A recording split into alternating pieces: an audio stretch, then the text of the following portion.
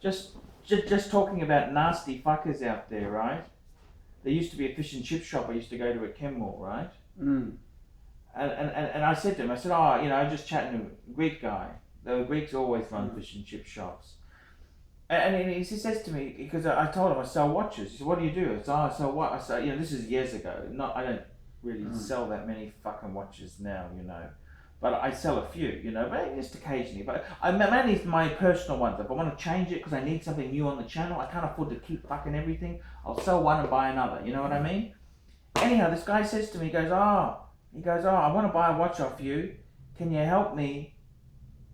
I had a two-tone Submariner, blue two-tone Submariner. It was stolen. Can you help me do a valuation on it? I said, look.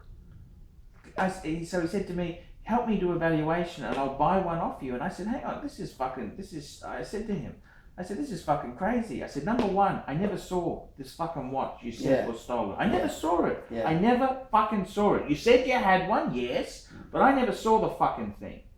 I said, number two, we need the serial number and we need details about it. I said, I can't just invent a fucking serial number. You need the real thing. And number three, if I say I saw it and you owned it and this, and then it's gone missing, they go, that's not how it fucking works. You didn't ask me to do a valuation. I said, number one, I'm not a valuer.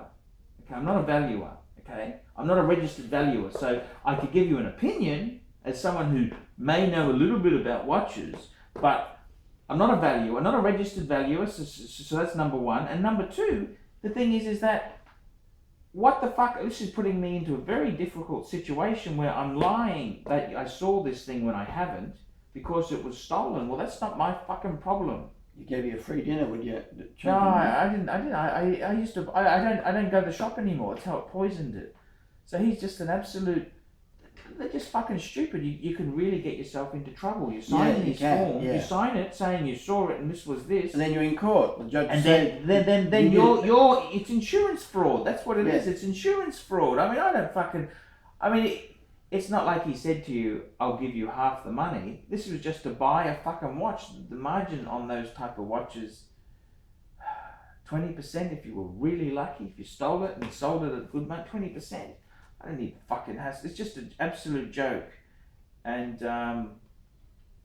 it's you got to be very careful when you're giving free advice as a professional. Fortunately for me, I'm not a professional. I don't have a degree. I don't belong to any association, so they can go and circle jerk all they like. But yourself, by being a professional, you've got to be careful what advice you give these fuckers, don't you? And at the end of the day, I've got to be honest with you,